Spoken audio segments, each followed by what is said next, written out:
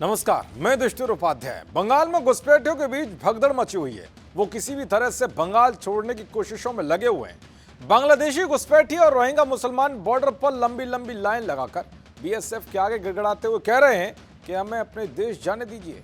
उधर गृह मंत्री अमित शाह ने घुसपैठियों को अल्टीमेटम देते हुए साफ कह दिया है कि समय रहते खुद से अपने देश वापस लौट जाओ। लेकिन फिर भी कुछ घुसपैठिए इधर से उधर बिलों में छिपने की कोशिश कर रहे हैं, जिन्हें फोर्स उठाकर होल्डिंग सेंटर में डाल रही है। ये देखकर भारी संख्या में घुसपैठी एक्शन के डर से सच्चाई भी उगल रहे हैं। सबसे पहले आपको उन घुसपैठियों से मिलवाता हूं जिन्होंने सबके सामने ये कबूल किया है कि उन्होंने कैसे 5,000 रुपए देकर बंगाल में आधी रात एंट्री ले ली। और उनकी ये एंट्री उस वक्त हुई जब एसआईआर के दौरान घुसपैठी खुद ही बंगाल छोड़कर बांग्लादेश जा रहे थे। इसके बाद आपको उस बांग्लादेशी घुसपैठी महिला को भी सुनवाऊंगा जो बिना कोई खर्चा किए, बिना किसी दलाल के आधी रात बॉर्डर पार करके बंगाल में घुस गई। कोलकाता हावड़ा गोबरडांगा।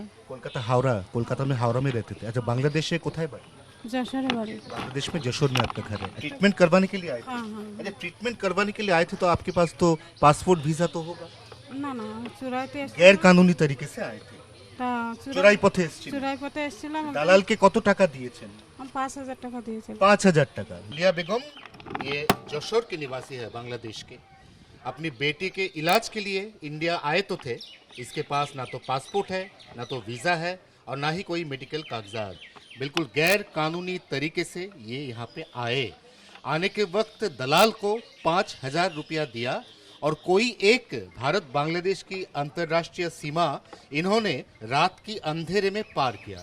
इसके बाद यहाँ पे रहने लगे। महज 4 से 5 महीने पहले यहाँ पे बॉर्डर क्रॉस करके आए तो एसआईआर जब चालू हो चुका था, तब पश्चिम बंगाल में हाकिमपुर बॉर्डर में कई सारे लोग जो घुसपैठिया है वो बांग्लादेश ऑलरेडी जा रहे थे या जा चुके थे।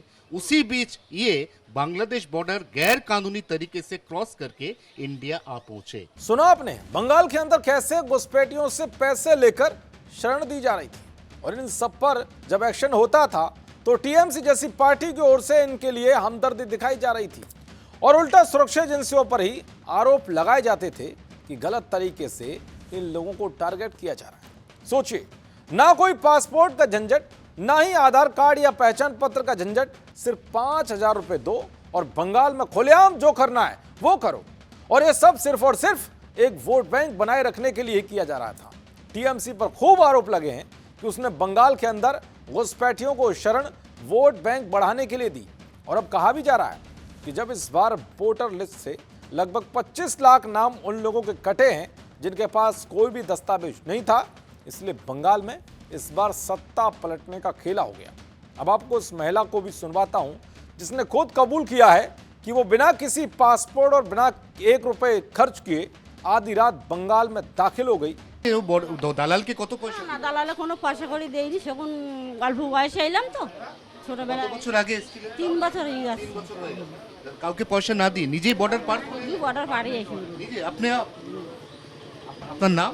আমার নাম খালেদা বিবি। खालिदा बीबी ने अपने आप बॉर्डर पार कर लिया। इसको तो दलाल की जरूरत भी नहीं पड़ी और इतनी हिम्मतवर है कि वो खुद यहाँ पे जो फेंसिंग है उस फेंसिंग को रात के अंधेरे में क्रॉस किया और भारत इंडिया वहाँ पे घुसा है। आप देख पा रहे हैं कितनी इत्मीनान से वो पान चबाते चबाते अभी हमसे बात कर रहे हैं। और ये एक घुसपैठिया है, लेकिन ये लोग खुद अब अपनी देश बांग्लादेश पे लौट रहे हैं। अब आप समझ गए होंगे कि इन लोगों के अंदर से कैसे भय खत्म हो गया था और इन्हें यह पता था कि बंगाल में इनका कोई भी कुछ नहीं बिगाड़ पाएगा, इसीलिए यहां जाना इनके लिए सबसे अच्छा था। सोचिए बंगाल में किस तरह से देश की सुरक्षा के साथ खिलवाड़ किया जा रहा था।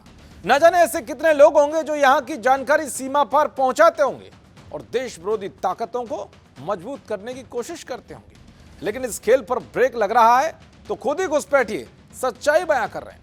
अब आपको एक बांग्लादेशी को सुनवाता हूं जो बता रही है कि कैसे उसके सारे डॉक्यूमेंट टीएमसी ने बनवा डाले। क्या है आपके पास? Aadhaar card, Aadhaar card, PAN card, ration card, PAN card, ration card, I card ছিল। Voter card. और हाँ। आपकी बड़ी बेटी अपना बड़ों में सरकारी स्कूले पढ़े। হ্যাঁ হ্যাঁ। किसने कर दिया आपको ये सब कार्ड? এখন তো মমতা ছিল তো। ममता दीदी की पार्टी तृणमूल कांग्रेस। হ্যাঁ। खैर बांग्लादेशी जिस तरह से सच उगल रहे हैं वो कहीं ना कहीं ममता बनर्जी के आगे सवाल खड़े कर रहा है। क्या वोट की लालसा में बंगाल को बांग्लादेश बनाने की कोशिश हो रही थी?